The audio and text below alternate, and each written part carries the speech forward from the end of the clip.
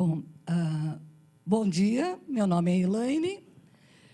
Além do que o Irã já falou, de ser psicóloga, de fazer o acompanhamento familiar, eu também sou familiar de uma pessoa com TUS. Então, eu passei por todas as etapas da codependência. Eu não gosto muito desse nome, tá? Porque eu acho que estigmatiza muito. A gente já é um ser assim, né? Uma classe meio desconhecida, meio estranha, muito mal vista, né? pelo próprio TUS. Então, a gente procura fazer esse acompanhamento. E o que eu trouxe são alguns slides que mostram as fases da codependência, as fases pelas quais a gente passa. Eu não vou usar esses slides para ler ou para qualquer coisa. Eu vou inserir a minha vida, a minha experiência de vida, porque eu sei exatamente o que o familiar sente. Eu não imagino só, eu imagino o que a pessoa com TUS sofre. Mas de familiar eu entendo, porque eu passei por isso. Então, eu gostaria, se você puder passar os slides, por favor. Não, isso. Né? Então, quando a gente tem uma pessoa com transtorno pelo uso de substância na família, a nossa família sofre um impacto muito grande. Não só a família de sangue, mas também os amigos próximos, as namoradas, enfim, todo mundo é atingido por isso. E eu fui assim. Então, mais ou menos há 12 anos atrás, o meu filho chegou para mim e disse assim: estou usando crack, preciso de ajuda. Até então, imagina, eu me recusava a entender que ele estava realmente num comportamento atípico. Para mim, ele era lindo, maravilhoso, 1,90 m, campeão paulista de karatê, olho verde, imagina. Né? Porque eu tinha um preconceito muito grande quanto ao nóia, ao sem vergonha, ao bandido. Para mim, dependente químico era aquele que estava lá na calçada, cheirando cola e roubando os outros. Meu filho, não. Meu filho era um aluno de programação avançada de uma escola particular, fazia exercícios, enfim. Como é que eu vou achar que essa criatura é tão bandido quanto aquele que eu julgava? Então, a primeira coisa que eu precisei fazer foi olhar para dentro de mim e perceber quantos preconceitos eu tinha contra essas pessoas. Eu não sabia o que era doença, que era uma doença. Grupo de ajuda, eu sabia que existia um tal de AA, muito longe da minha realidade, que tinham me falado que ajudava alguém. Mas, enfim, todo este cenário foi para mostrar o que aconteceu comigo enquanto familiar. Eu fiquei perdida, assustada e, obviamente, eu comecei a culpar as outras pessoas, porque o meu filho estava ótimo.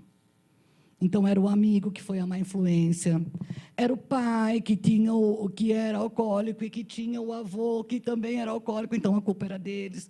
Enfim, e aí se instala o caos na família, onde um briga com o outro, um culpa o outro, certo? E começa a existir esse desconforto familiar, e onde a única coisa que a gente não faz é ajudar a pessoa que a gente precisa. A gente, na minha casa, pelo menos, era assim, uma situação de instabilidade, de desequilíbrio, uma raiva incrível, apoio nenhum. E aí a gente entra na fase da desorganização, né? Onde, já que você não faz nada, eu vou assumir o seu lugar. Então, eu, como uma mãe superpoderosa, uma mãe que ia salvar meu filho das coisas... esqueci um detalhe, tá? Quando ele me pede ajuda, foi a época que passava O Bicho de 7 Cabeças. Alguém lembra desse filme? Vocês dão risada? Não é para rir, não, é para chorar, porque eu falava assim, não vai ter ninguém que vai cuidar do meu filho, eu vou cuidar sozinha, porque eu vou tirá-lo das drogas. Tadinha de mim, né? Enfim, e aí se instalam, sabe, ele pedindo ajuda, e eu que dava dinheiro para ele, porque ele não podia passar vontade, coisas de louco, programação nenhuma, né? E aquilo foi se agravando cada vez mais, é óbvio, né? Até que eu consegui uma internação para ele num hospital psiquiátrico pelo plano, e eram 15 dias que o plano pagava. Ué, foi internado, ficou 15 dias, o que aconteceu? Sarou. Não é? Então, nesses 15 dias, eu reformei o carro dele, queimei toda a roupa dele, comprei tudo novo, pintei o quarto e tranquei por 15 dias a faculdade. Quando ele voltou, no dia seguinte, ele já estava na faculdade de novo. E eu achando que ele estava curado. Bom, demorou-se mais 2 anos e meio para que a gente conseguisse resgatar essa criatura e trazê-lo para casa de novo. Tá? Aí, a gente entra num quarto estágio. A partir do momento que eu percebo que tudo aquilo que eu fiz, aquele sacrifício, aquela, né, penúria mesmo, não tinha adiantado de nada. Eu me tornei muito cansada. Tinha dias que eu sentia que eu estava dando murro em ponta de faca. E aí eu acabo ficando descrente de tudo, até de um poder superior. Que, sabe, eu não merecia nada daquilo. Como podia? E meu anjinho lindo. Porque cá para nós, né, quando a gente tem um bebê, você não olha e fala, ai, que lindo, eu quero que ele tenha TUS. Você vai querer que seu filho seja alguma outra coisa, menos TUS. E outro detalhe, tá? Ninguém entra como conselheiro de familiares ou cuida de dependente químico se não tiver o problema instalado em casa. Eu não entrei nessa por ter olho verde, isso eu te garanto. Tá? A gente precisa sentir isso. Então, aí, nesse estado de exaustão, começam a aparecer também as comorbidades para o codependente. Hipertensão, diabetes, às vezes até câncer. Muitos cânceres se originam no familiar. E, assim, um estudo feito por mim mesma, isso é verdade, é pela experiência que eu tenho, a gente nota que os pais biológicos dificilmente conseguem encarar o tratamento de um filho com TUS. Ele não tem a maturidade, ele não tem a força que a mãe tem.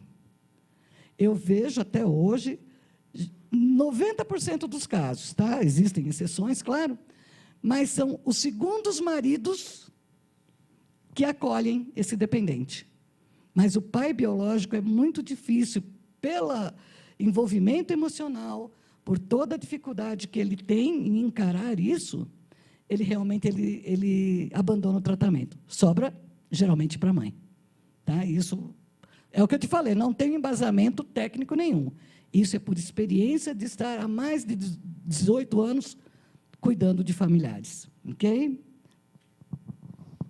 E aí, a gente precisa entrar em tratamento, porque o codependente está tão doente quanto a pessoa com o transtorno, né?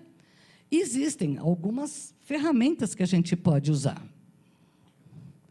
Então, a gente tem o grupo de pares, que, para mim, foi o que realmente funcionou e o que eu procuro passar para o codependente. Eu sou um parceiro, porque eu sei o sentimento que ele tem. Tá? Então, os grupos de pares, e tem os grupos de anônimos, que geralmente são os iguais se ajudando, né? Psicoterapia de casal, onde o que é muito importante se saber, todas as terapias ou psicoterapias que são faladas aqui, é importante se saber que elas têm que ser feitas por especialistas, tá? Em dependência química. Não adianta procurar qualquer especialista, não. Tem que existir uma especialização em dependência química. A psicoterapia familiar, novamente, temos que ter um psicoterapeuta que seja especializado em terapia familiar, para poder, em dependência química e terapia familiar, para poder fazer. Não é qualquer um, não. Pode passar. Acabou aí, né? Quando a gente passa por esse processo, e eu fui assim meio lerdinha, eu tive que ficar num grupo de anônimos, que era esse grupo em São Caetano do Sul, é um psicólogo que ele pegou um monte de teorias E ele fez um grupo especial, que a gente chama de Jeito Cláudio Amâncio de Ser. Eu fiquei 5 anos, de segunda a sexta, indo nesse grupo, para daí começar a tomar posse da minha vida. Hoje eu me encaro, eu me declaro em franca recuperação. Hoje eu tenho posse da minha vida e consigo ser mais ou menos independente do meu filho. Mas eu tenho que confessar que até hoje eu me contrario todos os dias, porque a minha personalidade é codependente. Então, meu sonho de consumo é acordar de manhã, fazer café para todo mundo, levar na bandejinha, na cama. Então, eu já preciso acordar, porque, senão, eu vou pegar todo mundo ao meu redor, considerar como sendo mentalmente incapazes, porque é isso o atestado que o familiar dá, quando ele começa a assumir as consequências dos atos da pessoa com TUS, você o torna incapaz. E ele se prevalece disso. Claro, tem alguém que faça por ele. E eu, até hoje, preciso me contrariar todos os dias. Então, o que eu mais gostaria de passar é isso, que os familiares, hoje, eu entendo que existam os grupos, existem os pares, existem as terapias, precisei passar por todo esse processo. E é muito importante que a gente pertença a um grupo, porque sozinho fica muito difícil. A gente precisa saber que a gente não está sozinho para enfrentar tudo isso, tá? Seja qual for o tratamento de escolha, mas ele precisa existir. Eu acho que agora fica a sua parte, que é quando eu entro em recuperação, quando eu entro em tratamento, em primeiro lugar, né, quando eu vou procurar ajuda, é a parte do Rafael falar.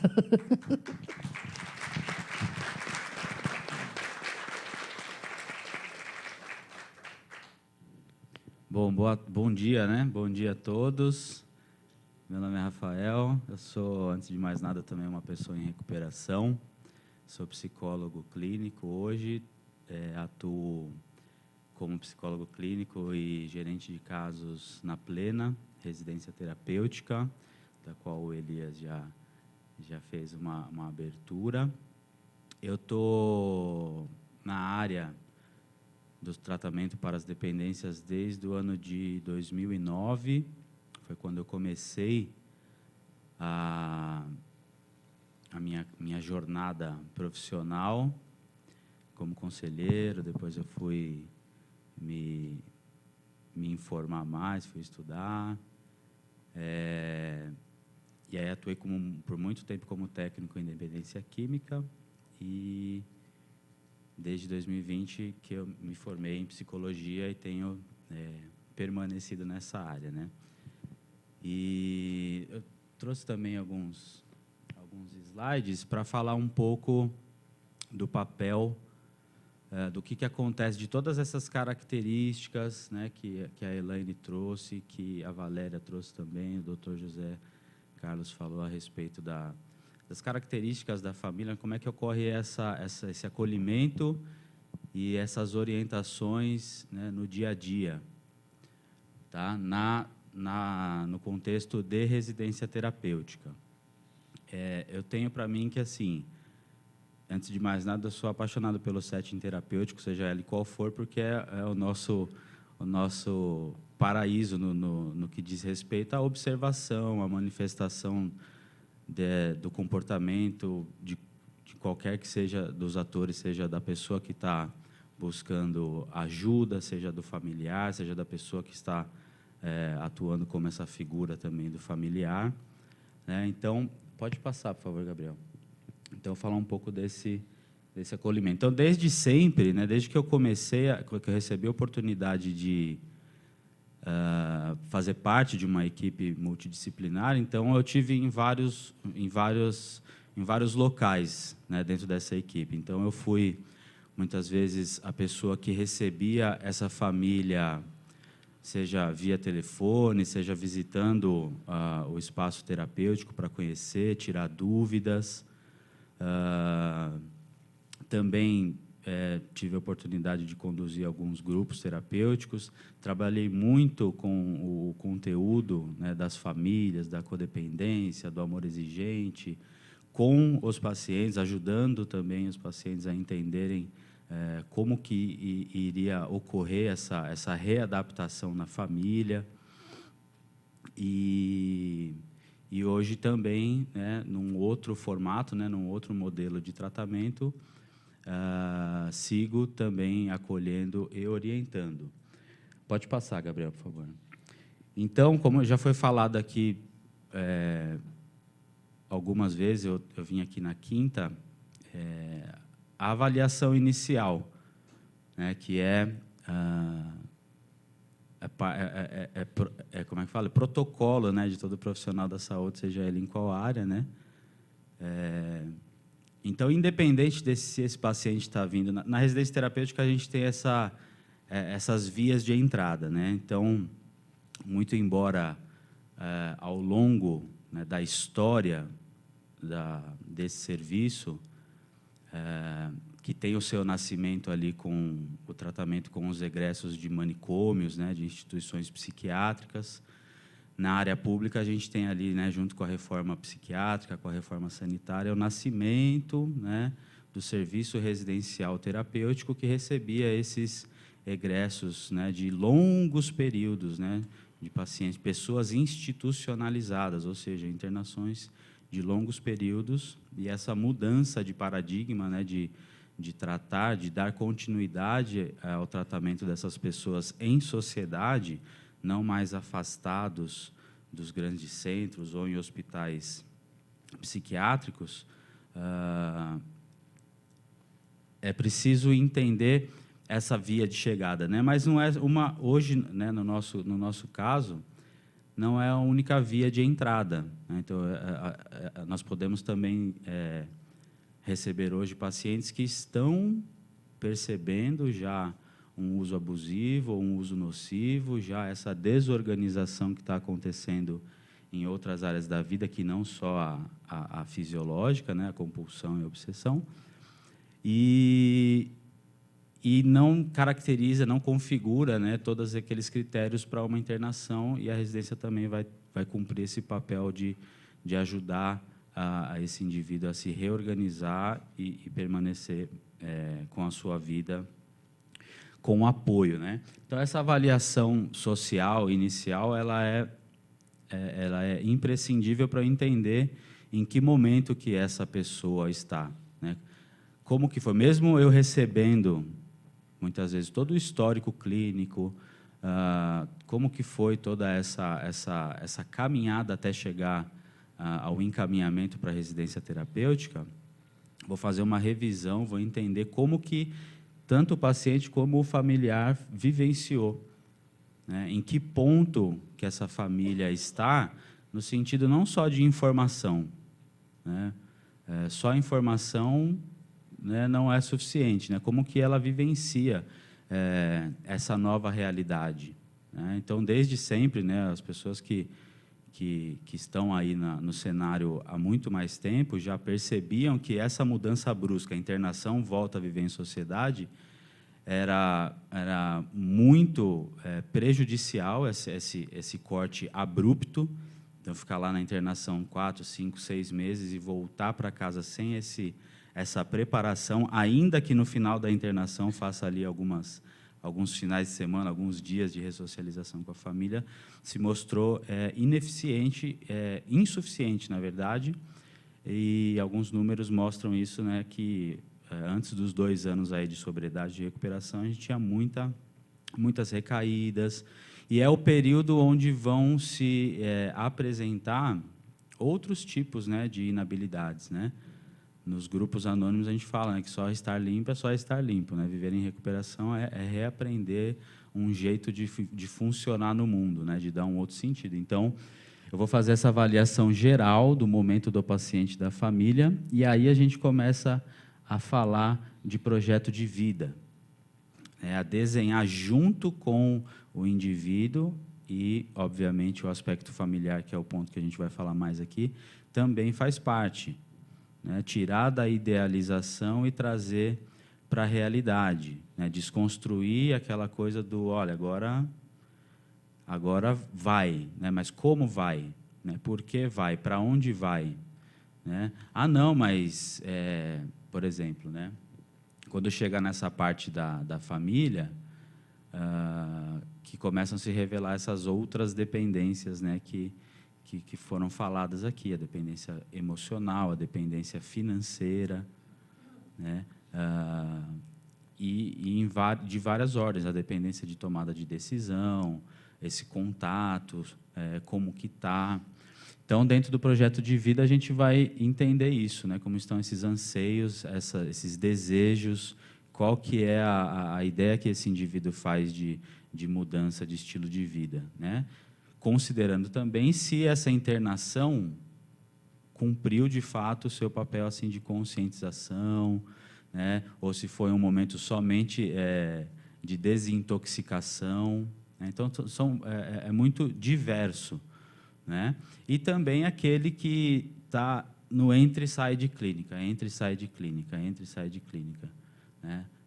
Eu tenho 19 internações num período de 24 meses. Algumas curtas, algumas... Percebe? Mudar esse paradigma de usar todas essas quebras, né? Todas essas, embora necessárias, se não tiver esse olhar de continuidade, a palavra inicial é calma, né? Calma, legal, bacana, chegou até aqui, vamos com calma, vamos olhar essas demais, vamos ajudar esse indivíduo e essa família a olhar para as outras áreas da vida. Eu estava falando com a Elaine antes da gente subir, dos perfis, né? De como que, durante esse caminho de aprendizado, a família vai encarnando alguns perfis, né? Então, tem aquela família que... tá aí... tá aí, é daí para a vida dele e tal, e a gente fala, não, calma, vamos, né? Porque é importante, né, esse contato familiar necessário. Vou falar em alguns slides mais para frente. Então, a gente vai falar muito desse tema, construção de um projeto de vida com base nessas expectativas, nas possibilidades, nas escolhas do indivíduo, na questão da responsabilidade e com metas reais, atingíveis, né? Não só idealizadas.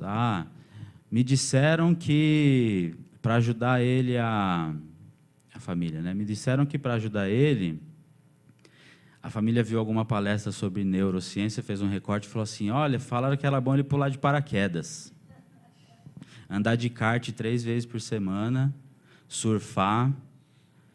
Aí você olha para o indivíduo, ele está assim, né, tipo, eu tenho medo de altura, não gosto de velocidade, e sabe? O que a Valéria trouxe muito bem, né? Segurar, muitas vezes, inclusive a nossa idealização enquanto profissional, a entrevista motivacional trabalha muito com esse princípio de respeitar o momento que o indivíduo está e não onde eu gostaria que ele estivesse. Tem muita informação nova acontecendo, né? E a família, ela é um impacto tão grande, né? O desenvolvimento e o curso da doença deixa um rastro emocional, cognitivo muito forte, né? Muito forte. Parece absurdo, às vezes, a gente falar que, às vezes, o indivíduo atinge a sobriedade e a família fica mal porque perdeu a sensação de utilidade. Mas é real, e não acontece de uma forma intencional. Só reitera a necessidade de acompanhar o processo, né, do indivíduo, para não demonizar uma recaída, por exemplo, e também não negligenciar fatores de risco, né, porque vai chegar. Da mesma forma que esse colapso emocional atingiu a pessoa que está próxima, pai, mãe, irmãos, familiares, a recuperação, as mudanças da recuperação também vai atingir e vai exigir de você uma nova resposta. Senão eu fico parado no tempo, né? Foi falado aqui também em alguma das palestras, né? Nossa, o que aconteceu com essa pessoa? Só vai no grupo agora, só vai para a academia, né? Distorce, né? A adicção, a dependência química, o transtorno por uso de substância. É a doença da distorção, né, das informações, verificar essas informações para ver se, de fato, elas conferem com a realidade ou se elas estão distorcidas, né?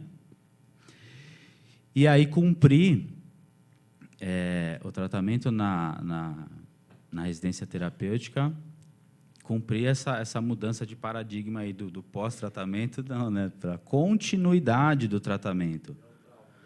A internação, né, ela nunca foi solução, ela é sempre uma alternativa. A residência terapêutica não é solução, é uma alternativa a um problema que está se apresentando.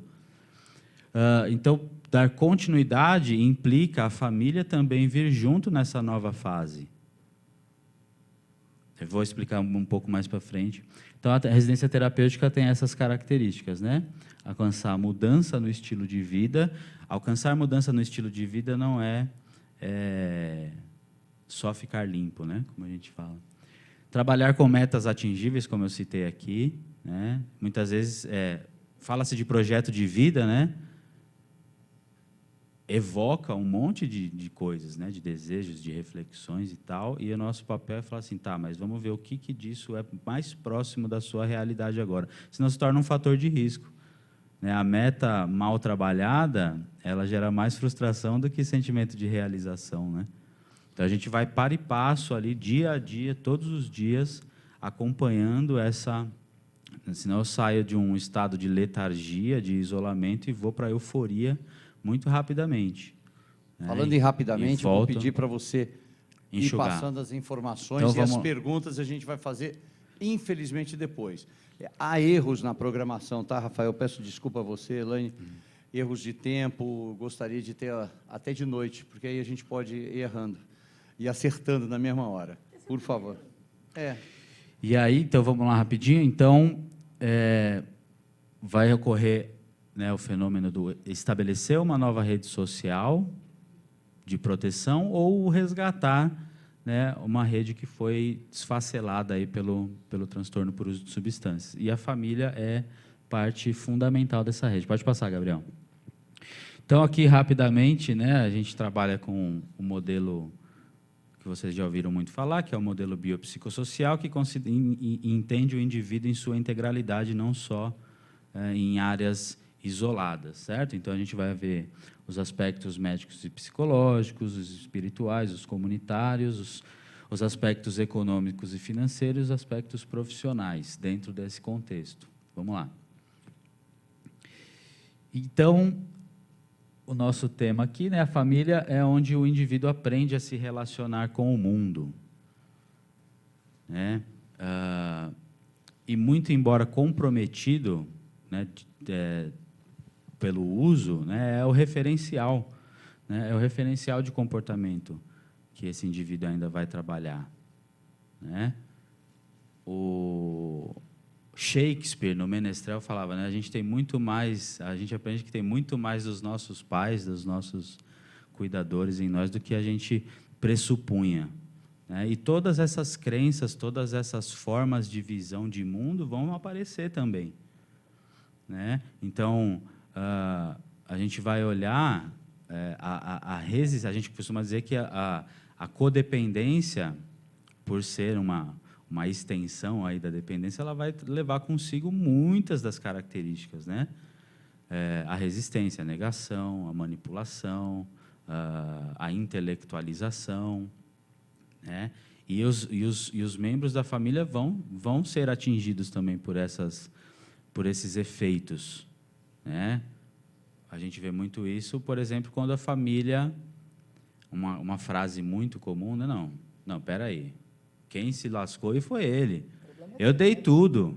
Eu dei estudo, eu dei carro, dei casa, dei dinheiro. Agora eu vou ter que mudar um hábito meu por conta do que o bonitão aí perdeu o controle da vida dele?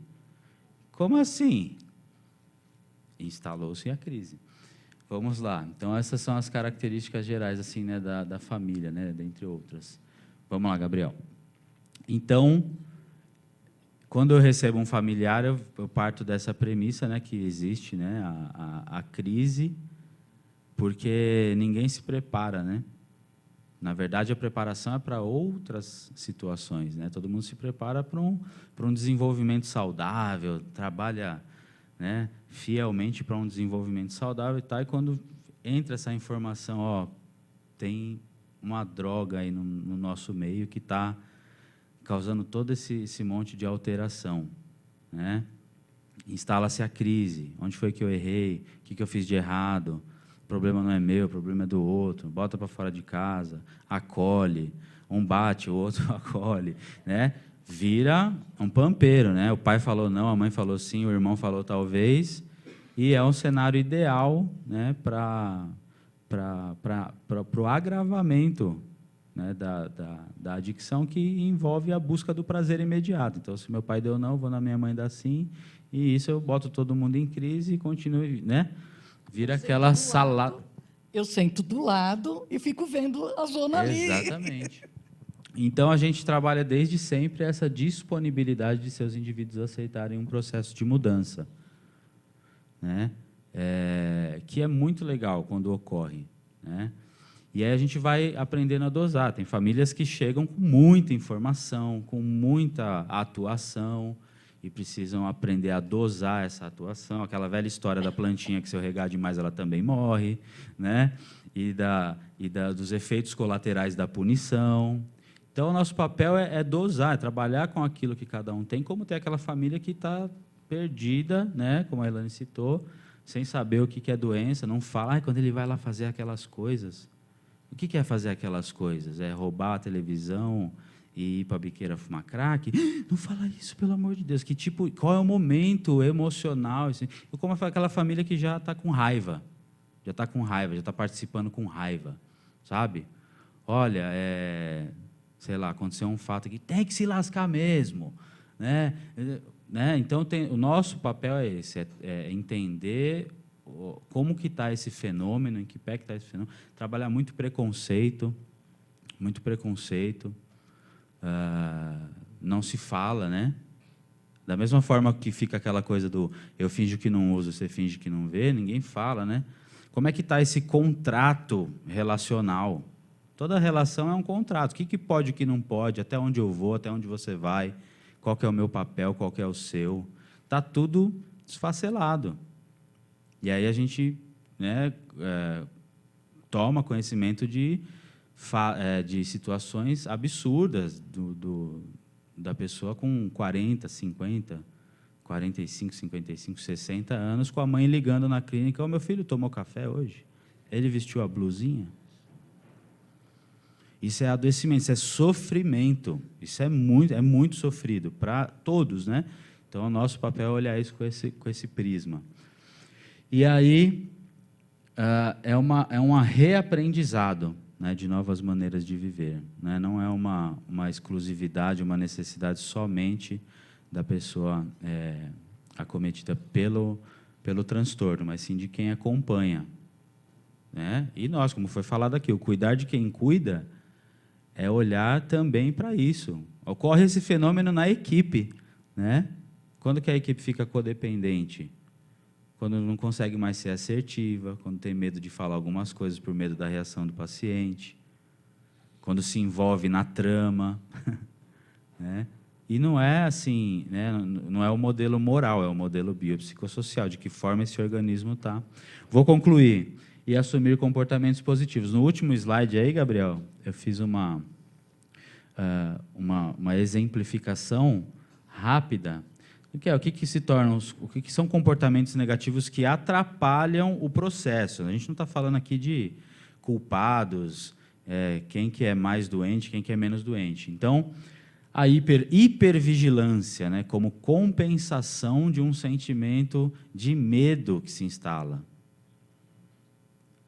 Essa pulga atrás da orelha do será se vai ficar bem, será que não vai ficar bem, é um desafio diário. Agora ele não está mais na clínica, ele pode sair sozinho. Saiu com AT, mas mesmo assim, e se ele fugir? E se ela não der conta? Ela está num processo de entrevista, nossa, se frustrar e, de repente, ela quiser recorrer de novo ao uso. Todos esses sentimentos a gente tem que trabalhar. O pai ligou para o Rafael, e o Rafael ligou para mim e falou assim, olha, o pai pediu para não deixar a identidade com ele. Eu falei assim, mas o Rafael, ele está em processo de ressocialização, ele vai para a rua. Pois é, Irã, mas não é para deixar a identidade com ele. A gente ficou mudo, assim, uns 10 segundos no telefone, né? Da mesma forma que no curso, né, na instalação da doença no indivíduo, vai despersonificando, não vai se reconhecendo mais nas suas próprias atitudes, ocorre também no familiar. Né? A gente, infelizmente, às vezes chega no noticiário, a mãe que amarrou o cidadão no pé da cama, foi com o indivíduo na biqueira buscar droga para ele não andar sozinho, ou começou a deixar fumar. Mas você imagina uma família conservadora, em que o tema droga era algo distante, como daqui em Júpiter, de repente está falando assim, não, de repente é melhor ele fumar maconha aqui e não fumar crack na rua. Você imagina o grau de confusão e bagunça. Ó, Rafael, você levantou o braço para falar. Eu sei que vocês vão acabar com todos esses pontos, aprofundar. Estamos no horário, né? Mas, assim, infelizmente, nós temos horário. Rafael, quero de novo.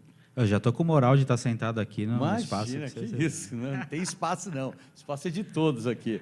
A moral, você já está há muito tempo com ela. Na moral, não, com o seu profissionalismo, com a sua experiência. Obrigado pelo espaço. Da Elaine também. Esses slides todos, a palestra, todas, a da doutora Renata Azevedo, que está ali sentada, chegou de Campinas, ali de azul, vai estar com a gente agora às 2 horas. O Bruno Soares, cadê? Tá lá, foi lá no camarim, está pronto, já se preparando para 1h30. A gente tem um tempo para almoçar. Eu quero imensamente pedir para que vocês façam perguntas aos nossos palestrantes ao final. Elaine, se despeça. Rafael, se despeça. Eu só vou pedir a permissão de 2 minutos.